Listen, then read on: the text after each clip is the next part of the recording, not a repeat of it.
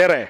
Siin kõneleb Johannes Reinthal, Harju maakonna nõukogu esimees aastatel 1917 kuni 1920. Tänapäeval oleks minu ametinimetus maavanem ja ühest maavanemast, Harju maavanemast, tahan rääkida. Olen Ülle tegemisi ja toimetamisi nii maavalitsuse sees kui ka väljaspool juba aastaid jälginud. Ülle on sõnakas, terane, arukas ja tegus, peab inimestest lugu ja hoolib nendest. Oskab lisaks ise rääkimisele ka kuulata ja tähele panna, mis teistel inimestel öelda on. Ja ei ole nii, et ainult räägib ja lubab, teeb ikka ära ka.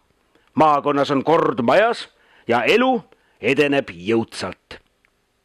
Eriti meeldib mulle Ülle idee mõttetult suureks paisunud pealinn jälle normaalse suurusega omavalitsuseks muuta.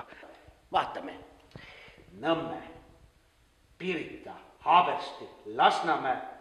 Jah, just Lasnamäe. Võiks saada ju linna õigused. Elab seal rahvast ju mitme linna jagu.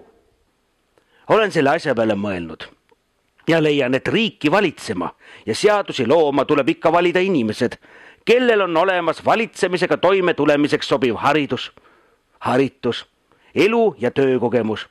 Inimesed, kellele me täime oma riigi nimel otsustamise usaldada. Üllel on kõik need omadused olemas.